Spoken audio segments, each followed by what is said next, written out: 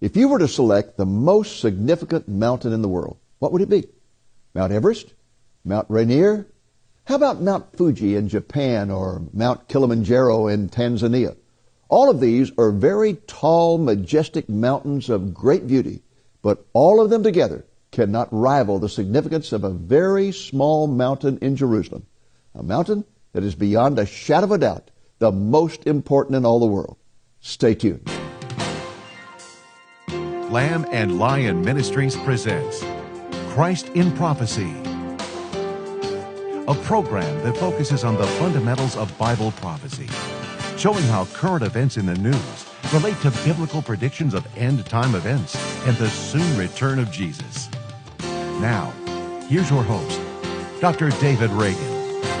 Greetings in the name of Jesus, our blessed hope, and welcome to Christ in Prophecy. Last week, we launched a study of 4 mountains in Jerusalem, and we began with the Mount of Olives. If you missed that program, you can watch it on our website at lamblion.com. That's lamblion with no and in the middle. We explored many interesting sites on the Mount of Olives, but our focus was on the Russian Church of the Ascension, which marks the traditional spot where Jesus ascended into heaven. We emphasize that site because the Bible says that is where Jesus will return to this earth. You'll find that passage in Zechariah 14. It says that Jesus will return to the Mount of Olives and that when his feet touch the ground, the mount will split in half.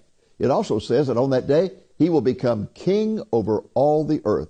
Acts chapter 1 also states that he will return in the same way that he ascended. Specifically, he will return physically and visibly. This week, in our second program in the series, we're going to take a look at a second mountain in Jerusalem that happens to be the most important mountain in all the world. It's called the Temple Mount.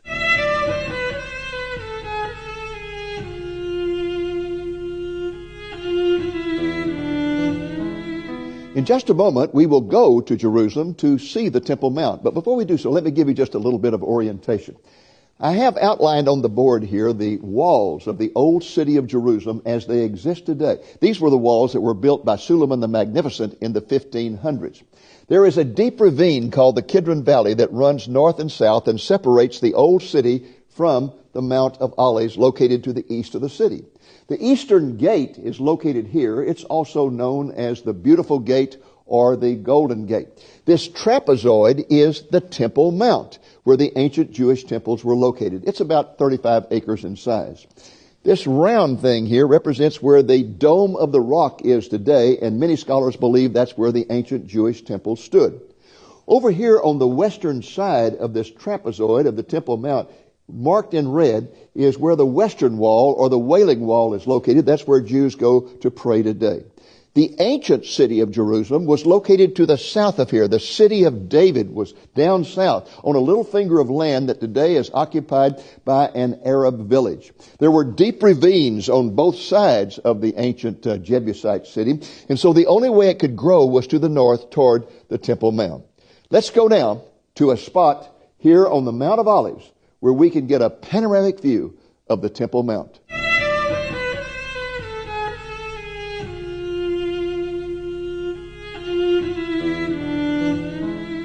Welcome to the land of Israel and the city of Jerusalem. I'm standing here near the pinnacle of the Mount of Olives because this is a great place to view the city of Jerusalem, including the old city and the Temple Mount. We're looking to the west here, so what we're seeing is the east side of the old city, and the deep ravine in front of us here is the Kidron Valley. In the background, you can see high-rise buildings that represent the new city of Jerusalem. The gate you see is the Eastern Gate, which is sometimes called the Golden Gate or the Beautiful Gate. It was sealed in the 1500s when the walls of the city were rebuilt. That sealing fulfilled a prophecy in Ezekiel 44 that says that one day the gate will be sealed and that it will remain sealed until the Messiah comes. The building with the golden dome is a Muslim shrine, not a mosque. It is called the Dome of the Rock because it is situated over an outcropping of bedrock. The dome was completed in 691 AD, and it was built to assert the superiority of Islam over both Judaism and Christianity. It asserts its superiority over Judaism because it is built where most people believe the ancient Jewish temples were located. And it asserts its superiority over Christianity because it was built to be higher than the dome that is on the Church of the Holy Sepulchre, which is considered to be the most sacred church in all of Christendom. At the south end of the Temple Mount is a black dome building called the Al-Aqsa Mosque. It is a worship center for Muslims. Now, the first thing you need to understand about the Temple Mount is that it is an artificial mount. There is a mount there, but most of it is artificial. It was simply a hill at the time of David and at the time that the first temple was built. What happened is that later on, Herod greatly expanded the temple platform by building arches underneath and filling it with topsoil. Let me illustrate to you what I'm talking about.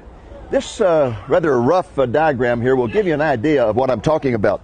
Here was the mount going up like this and down on the other side, and the temple built at the top. Now, what Herod did is he built a series of arches that went like this. And also on the other side like this. Then he put topsoil on top of that to greatly expand the temple platform, to make it a more grandiose approach to the temple itself. Most people are surprised to find out that the Temple Mount is the same as the ancient mount called Mount Moriah. Yes, it is the place where Abraham went to offer his son Isaac as a sacrifice. The next time we hear about it in the Bible, it is referred to as the threshing floor of Araunah, so that the top of it has been cleared off and it's become a threshing floor. Probably in the time of Abraham, it was a thickly wooded mountain. We don't know for sure. The prophet Gad instructed David to purchase that threshing floor to be used as a future foundation for the temple. And David did purchase it, and he built an altar to the Lord there. Later on, his son Solomon built the first temple, the Solomonic temple, which was placed there on that particular threshing floor, which served as the foundation for the temple.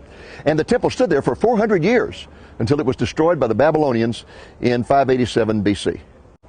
The temple was rebuilt after the Jews returned from Babylonian captivity, and it stood there on that Temple Mount for almost 600 years before it was destroyed again by the Romans in 70 AD.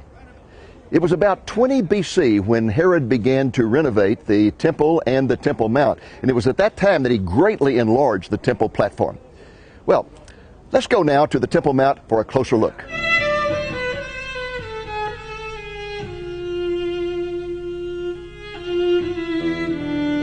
What you see behind me here is one of the corners of the retaining wall of the Temple Mount. It's the southwest corner. And up at the top of that, there was a priest who would blow a shofar to announce the beginning of the Sabbath and also the beginning of festival days. Down below, you can see excavations that have been made by the Israelis since they reoccupied this city in the 1967 Six-Day War. Let's go down there now for a closer look at those excavations. This first century street was excavated in the mid-1990s. Before that time, it was underneath tons of debris, as you can see there in the background. That debris was pushed off the top of the Temple Mount by the Romans in 70 AD when they destroyed the temple. You might remember that Jesus prophesied during the last week of his life that the temple would be completely destroyed and not one stone would be left on top of another. This particular stone is referred to as the trumpeting stone, and it's called that because it was located at that southwest corner of the temple retaining wall where the fellow blew the shofar. On it, inscribed in Hebrew, are the words, "To the place of trumpeting," or the place of the shofar blowing. It is believed by scholars that this is an instruction from the stonemasons to the construction workers as to where they are to place the stone. Incidentally, standing from here and looking up, you can get an idea of how tall and massive these retaining walls were that were built by Herod the Great. These magnificent white steps are located at the southern end of the Temple Mount. And this is the way the public in the time of Jesus would enter the temple, come up these steps, and at the top there were two sets of doors or gates. There was a double gate on the left and a triple gate on the right. And if you look up here, you can see the remains of one of the double gates. There's a wall built into it by the Crusaders in the 12th century. Above me here, you can see the faint outline that's left of the triple gate called the Hulled Gates. These particular gates were used for the entrance to the temple. The double gates were used for the exit. Unless, of course, you were mourning, in which case you went the opposite direction and people could express their sympathy to you because they knew that you were in mourning. Down at the base of these steps are a great number of mikvahs, or ceremonial baths. They're very important in the history of the church. Let's go down there and take a look. What you see in these excavations are many mikvahs, or ceremonial baths, that were discovered when this place was excavated in 1967. The discovery of these solves a problem that is raised in Acts chapter 2, where we're told that Peter at his first gospel sermon, probably on the Temple Mount, had 3,000 people respond, and they were all baptized. You see, folks, it was always a mystery as to where those 3,000 people were baptized. After all, water around here is very scarce. Some people even theorize that they might have all marched down to the Jordan River, which is a long way from here. But now we know. All in the world they had to do was come right down the temple steps, and there were mikvahs all over this place where 3,000 could easily have been baptized. Well, let's go now to the Western Wall.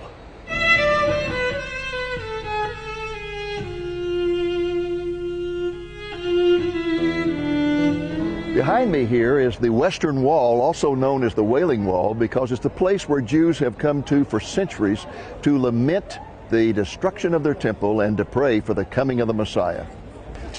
Access to the wall is partitioned to separate the men from the women. People write prayers on pieces of paper and put them in cracks in the wall. The only reason this area, the retaining wall of the Temple Mount, became sacred is because it was the only place where the Jews could get close to the Temple Mount. They were not allowed to go up on the Temple Mount itself. There were buildings built right up to the retaining wall at the north and south ends, and on the east side there is a Muslim cemetery. On this west wall, there were also buildings built almost up to the wall itself, but there was a narrow alley that was left where the Jews could go and pray. You can see the alley in this photo taken in 1894. Jews would come to this alley to touch the wall and pray. After the Six-Day War in 1967, when the Jews reoccupied this city, the Israeli government came in and cleared out all of the buildings that were in this area in order to create this large plaza where many ceremonies are held today. In order to go up to the Western Wall, there's certain attire that you're supposed to wear. You're supposed to have your head covered, and it's okay to wear a cap like this, but out of respect, I would rather wear a more traditional one. So I'm going to put on this type yarmulke, and also it's not required to have a prayer shawl, but out of respect for the Western Wall, I'm going to put on this particular prayer shawl before I go up there. And are you Jewish, sir? One like this. Let's go to the wall now.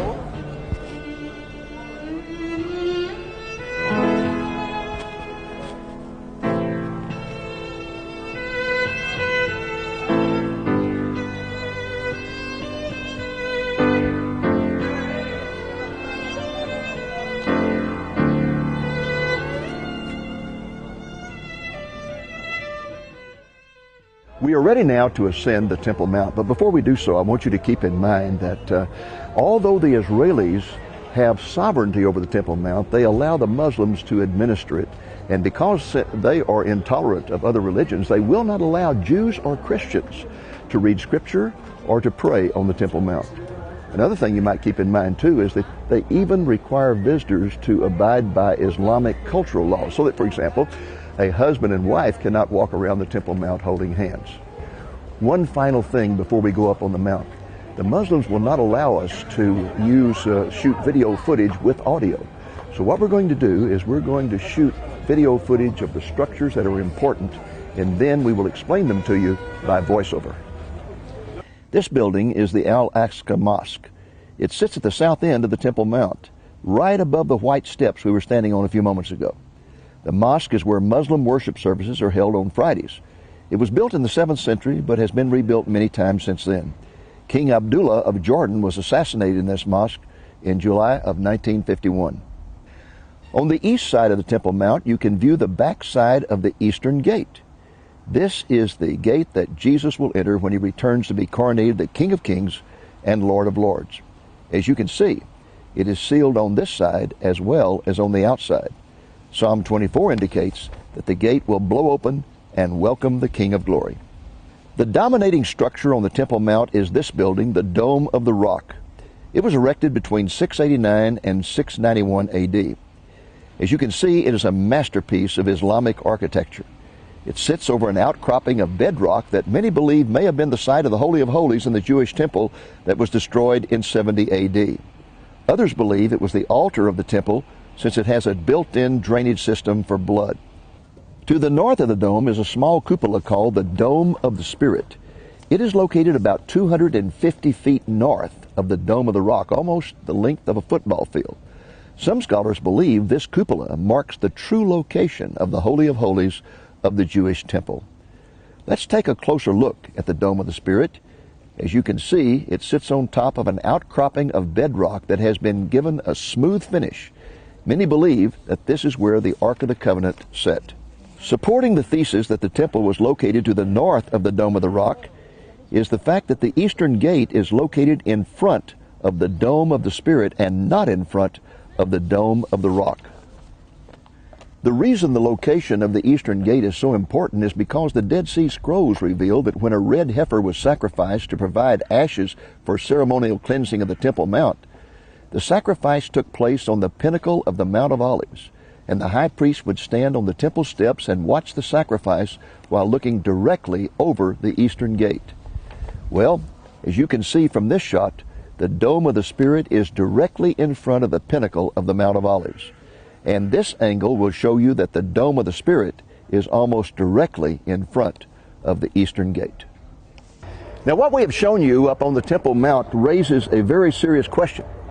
If the temple was located to the north of the Dome of the Rock, at that little Dome of the Spirit, then what in the world is that outcropping of bedrock that's underneath the Dome of the Rock? Well, we're told in 1 Kings chapter 8, verse 64, that when Solomon dedicated the temple, he wanted to sacrifice so many animals. In fact, he wanted to sacrifice 22,000 oxen and 120,000 sheep, that he built a special altar, it says, on the Temple Mount for that sacrifice. And many people believe that the bedrock underneath the Dome of the Rock is that special altar that Solomon built, because it has drains in it for blood and is clearly an altar. The reason no one knows for sure where the temple was located on the Temple Mount is because the Temple Mount is under the administrative authority of the Muslims, and they will not allow any archaeological digs on the Temple Mount because today they deny that the Jewish temple was ever located there, and they're afraid that archaeological digs might verify that truly it was located there. That has not always been the position of the Muslim authorities. In the past, they were ready to agree that the temple was located on the Temple Mount, and I can prove that to you beyond a shadow of a doubt. You see this publication here? This publication was put out by the Muslim authorities in 1924, and at the very beginning it says, "The Temple Mount's identity with the site of Solomon's temple is beyond dispute." But to admit that today is not politically correct. Let's go now to the eastern gate of the Temple Mount.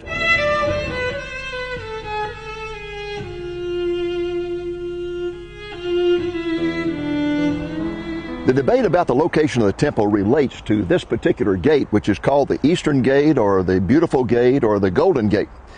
Here's the reason it relates to it. When the Dead Sea Scrolls revealed that the high priest stood on the steps of the temple and looked directly over the Eastern Gate to the pinnacle of the Mount of Olives while they were sacrificing the red heifer, those who believe that the temple was located at the Dome of the Rock responded by saying, well, what happened is the Eastern Gate was moved north about 250 yards when the walls were rebuilt by Suleiman the Magnificent in the 1500s.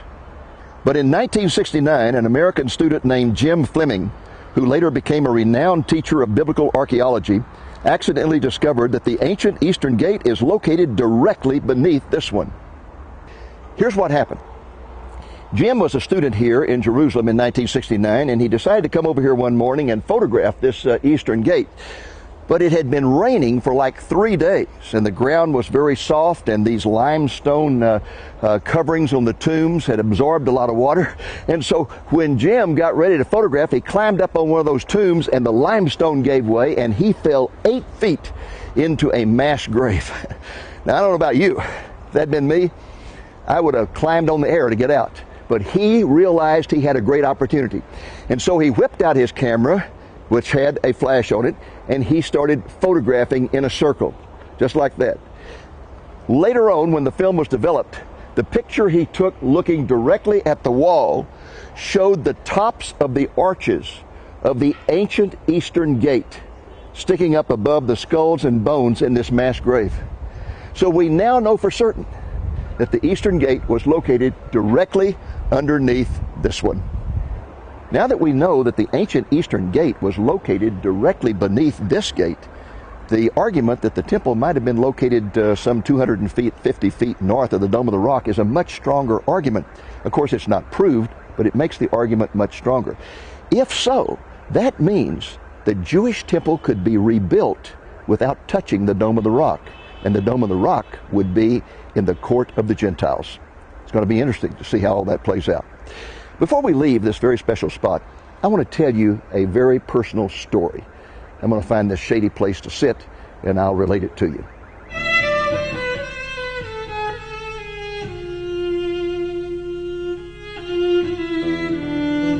In 1967, when the Six-Day War broke out, I was a professor of international law and politics.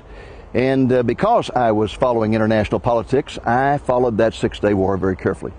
I'll never forget that when the war was over, I read a very interesting news article one day that said that when the Israelis decided that they were going to take this old city, which was under the occupation of the Jordanian forces, the logical way to do it was to hit it from the west over at the Jaffa Gate. Certainly not here, because all this territory was under Jordanian control. But the Israelis, always relying on surprise, decided, no, we're going to hit from this side. We'll come around under the cover of darkness and hit from this side. And it said that while they were discussing that, they discussed the possibility of blowing open this gate with satchel charges and catching the Jordanians by surprise. And then it said that when that suggestion was made, an Orthodox rabbi was there who said, no, you'll do that over my dead body, because that gate is supposed to be closed until the Messiah returns. Well, I had no idea what that was all about, folks. I had grown up in a church that did not teach Bible prophecy. I knew nothing about Bible prophecy. So I got out a concordance and I looked up the word gate, and I started looking at verses, and guess what? I discovered Ezekiel 44, which has a prophecy that says this gate is going to be closed and it will not reopen until the Messiah comes. Then I got out the Encyclopedia Britannica and I started reading about the Eastern Gate, and it said that no one knows for sure why this wall was closed, but the best story is that when these walls were being rebuilt in 1500s by Suleiman the Magnificent, that a rumor swept Jerusalem that the Messiah was coming. And they called the rabbis in and said, what does this mean? They said, well, the Messiah comes. He's going to come from the east. He's going to go through the Eastern Gate, and he's going to run all of you aliens out, and he's going to become the Messiah, the ruler over the earth. They dismissed the rabbis, and the order was given. Seal up the Eastern Gate, put a Muslim cemetery in front of it. That will take care of the Messiah, because he won't walk in a Muslim cemetery and he can't go through a gate that's closed. Well, folks, that's a special story for me, because that's what got me interested in Bible prophecy. I was hooked from that point on. I could not believe that I was seeing a prophecy fulfilled before my very eyes in the 20th century at that time. And so I started studying Bible prophecy intently. That's why I call this gate the gate to prophecy, as far as it concerns me personally.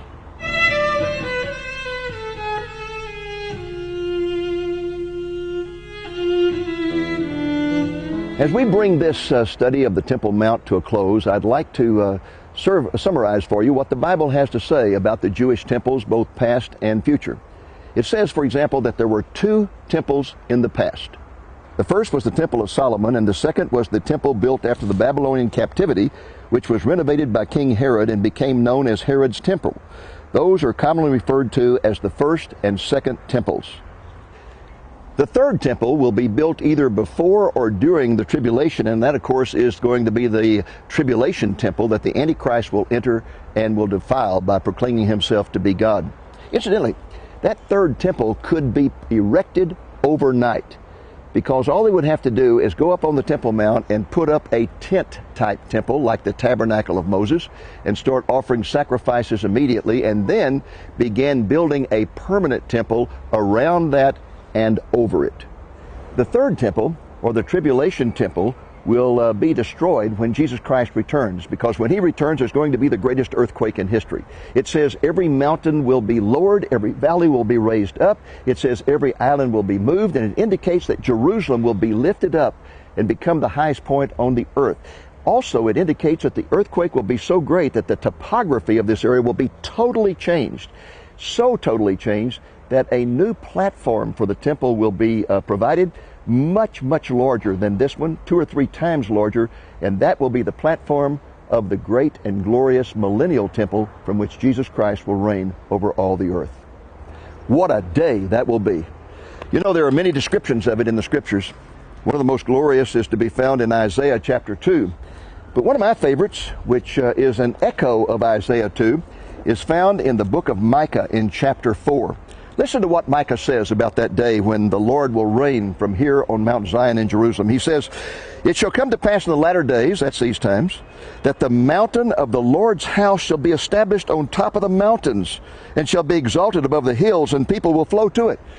You know, in Bible prophecy, when the word mountain is used, it's always a symbol for a kingdom unless the mountain is specifically named. And so what it's saying here is the kingdom of the Lord's house will be established on top of all of the kingdoms and be exalted above all the nations.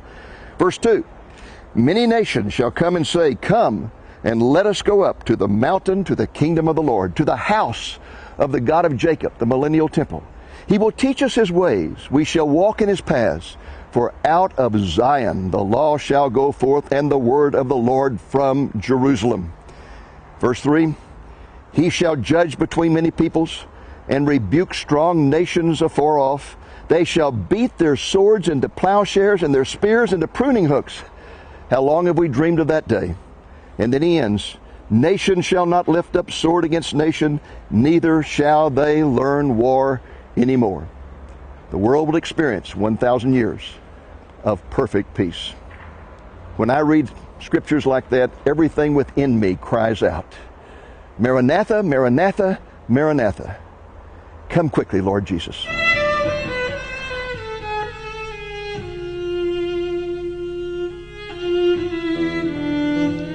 Well, folks, that's our program for this week. I hope it was a blessing to you, and I hope you'll be back with us next week when we will take a look at a third mountain of Jerusalem, Mount Zion. Until then, this is Dave Reagan speaking for Lamb and Lion Ministry, saying, "Look up, be watchful, for our redemption is drawing near." The program you have just viewed, together with 3 others, are available in the DVD album called The Mountains of Jerusalem. The mountains you'll be exploring are the Mount of Olives, the Temple Mount, Mount Zion, and Mount Herzl. Dr. David Reagan is your guide on this historical journey into the Bible. You'll learn the biblical significance of each mountain while taking a tour of the sites that distinguish these mountains of the Holy Land. Enjoy over 100 minutes of beautiful footage shot on location that will help you and your family experience the Bible in a very personal way. The Mountains of Jerusalem DVD album can be yours for a gift of $15 or more, plus shipping. To order, call the number you see on the screen between 8 a.m. and 5 p.m. Central Time, Monday through Friday, or order online at lamblion.com.